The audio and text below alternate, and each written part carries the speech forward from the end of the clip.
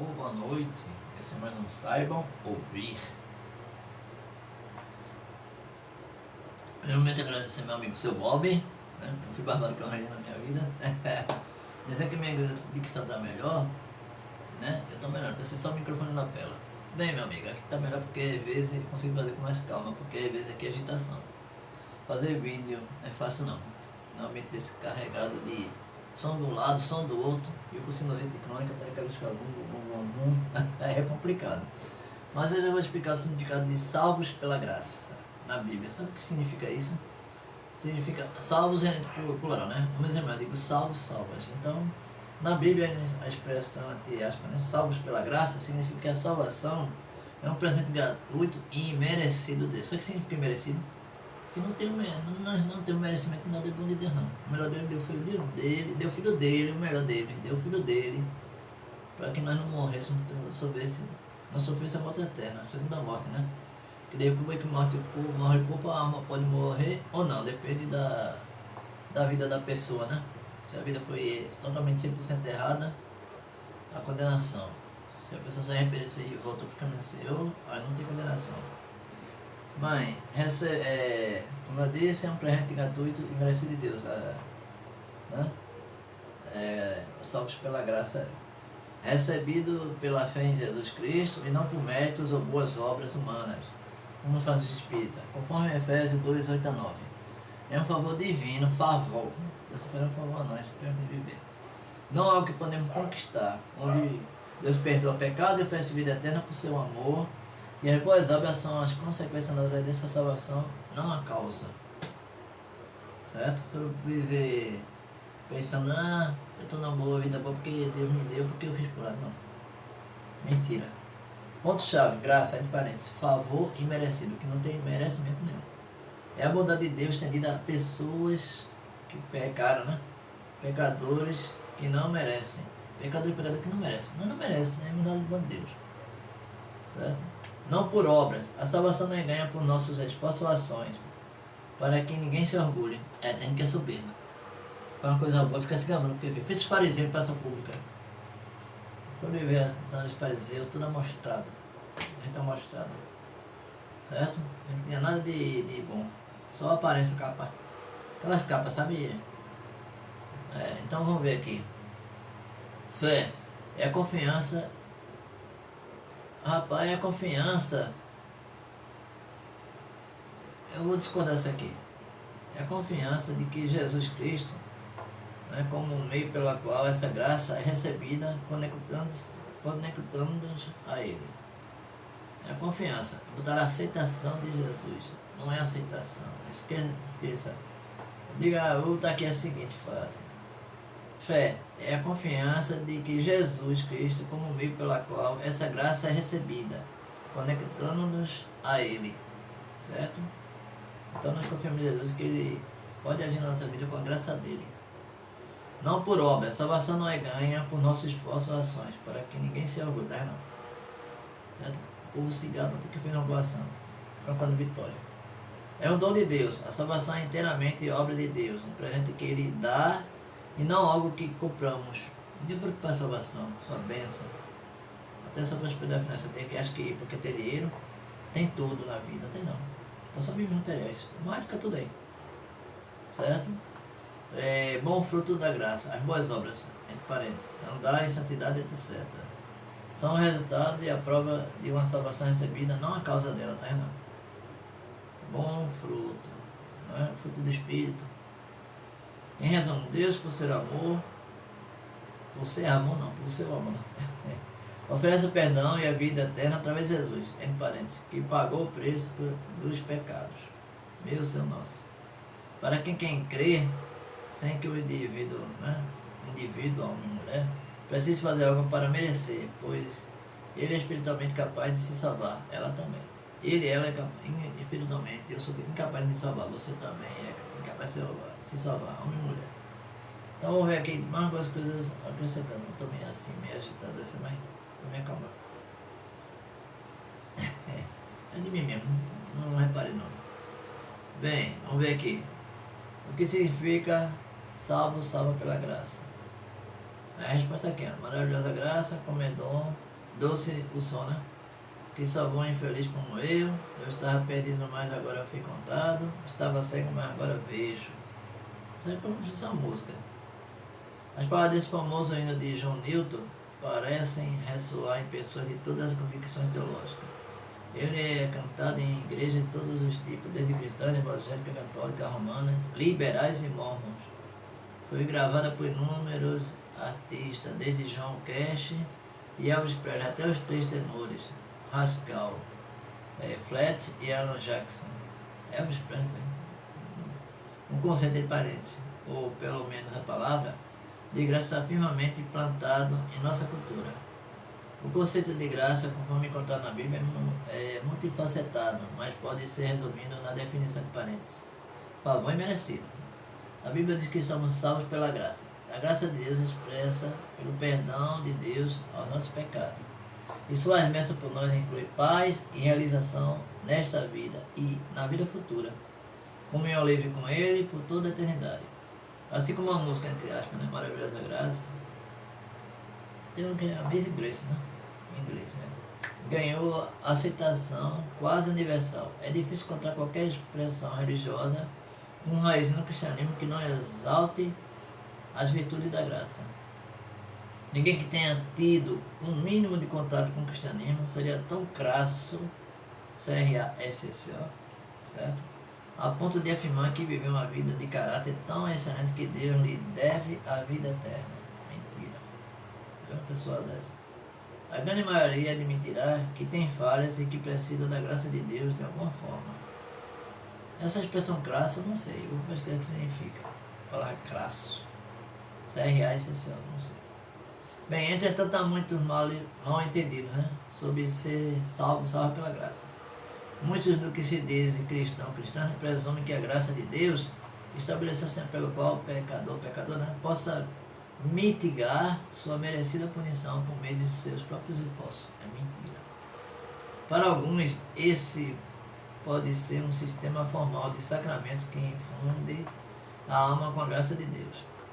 Para outros, o sistema é menos formal, mas ainda assim inclui várias atividades religiosas, como a frequência à igreja, batismo, a contribuição para as ofertas e a prática de boas ações.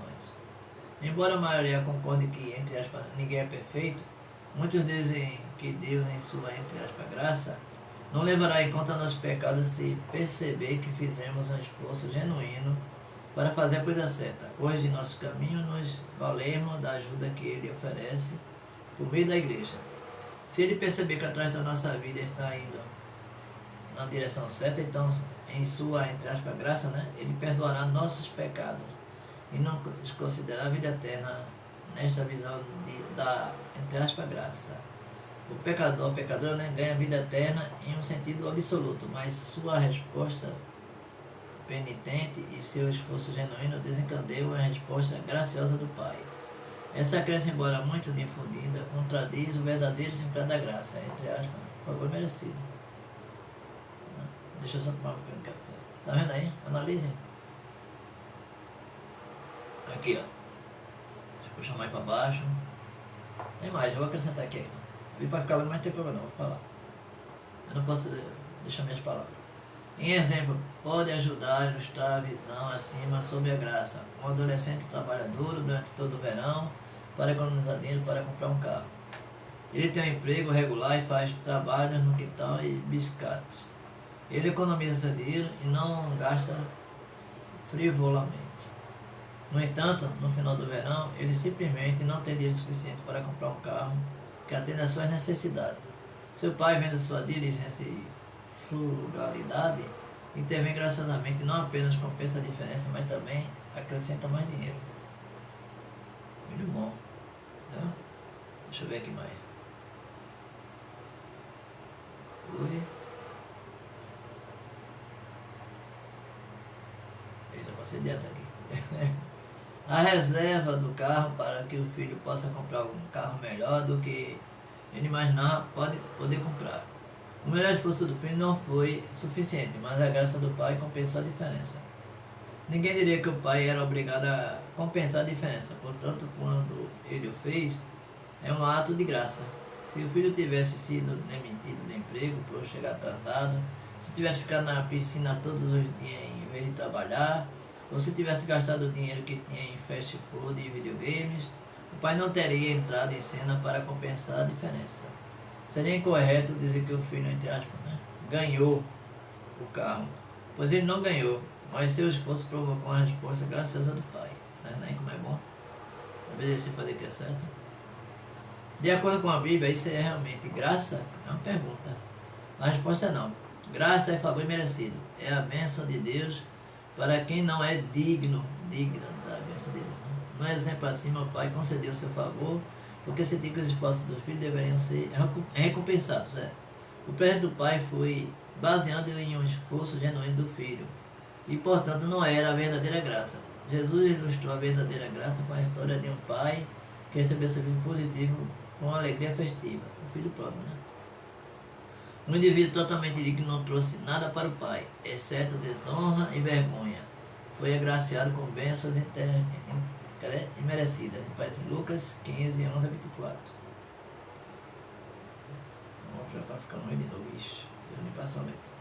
Somos salvos pela graça, não por uma mistura da graça, né, de Deus com nossas obras meritórias, não é mérito. De acordo com as Escrituras, não podemos fazer nada para merecer a salvação. Nem nossos melhores esforços são bons o suficiente para provocar uma resposta graciosa de Deus, de modo que Ele compensa a diferença. Todos nós, nossos atos, né, de justiça são como trapos de imundície, Isaías 64, 6. Mesmo considerando nossos melhores esforços, ficamos aquém do padrão da justiça de Deus, em Romanos 3, 23. E merecemos a morte, em Romanos 6, 23. Não fomos ordenados a, entre aspas, fazer o melhor para Deus, mas a amá-lo perfeita e completamente. Em Mateus 22, 37. Nós falhamos nisso. O mandamento não é, entre aspas, tentar amar o próximo, mas conseguir de fato amar o próximo como amamos a nós mesmos, né? Em Mateus 22, 39. Apesar de nossos, entre aspas, melhores esforços, falhamos. E quem pode afirmar honestamente que deu o seu, entre aspas, melhor esforço? É uma pergunta. Quem foi que deu o seu melhor esforço? Ninguém, né? Eu não dei, você não deu. Muitas vezes as pessoas tentam consolar aqueles que percebem suas falhas dizendo algo como, entre aspas, não tenha medo, Deus conhece seu coração. Como se isso fosse um consolo. Se Deus conhece nosso coração, estamos de fato condenados. Não há mais lugar para nós escondermos. Nossa única esperança é depositar nossa fé em Jesus Cristo, que viveu a vida perfeita, morreu na cruz para pagar por nosso pecado e ressuscitou. Nosso pecado é imputado a Ele, e sua justiça é imputada a nós quando confiamos nele. 2 Coríntios 5:21. Somos justificados, né? Não por nossas obras, Romanos 3:20, mas pela ascensão de Jesus, ressurreição. Romanos 4:25. A fé em si não é uma, entre aspas, boa obra, que faz com que Deus nos observe. A fé é o arrependimento dos nossos pecados, a admissão de que estamos irremediavelmente perdidos, incapazes de fazer qualquer coisa para ganhar o favor de Deus, e então, simplesmente, aceitar a salvação que Ele oferece gratuitamente. Aceitar esse ponto ainda tudo bem. Aceita a salvação, então, bom sem salvação. Somos salvos pela graça, obra de Deus, não nossa. Entre aspas, ora, o salário daquele que trabalha, né, não é atribuído como favor, mas como dívida. Contudo, ao que não trabalha, mas crê naquele que justifica o ímpio, sua fé lhe é atribuída como justiça. Romanos 4, 4 a 5. Aqui vemos duas grandes verdades. Em primeiro lugar, Deus justifica os ímpios. Homens ímpios e mulheres ímpias também, né? Os ímpios e ímpios. Não as pessoas que fizeram o melhor que podiam e que, de alguma forma, obtiveram a resposta graciosa de Deus. Deus justifica aqueles e aquelas que não merecem.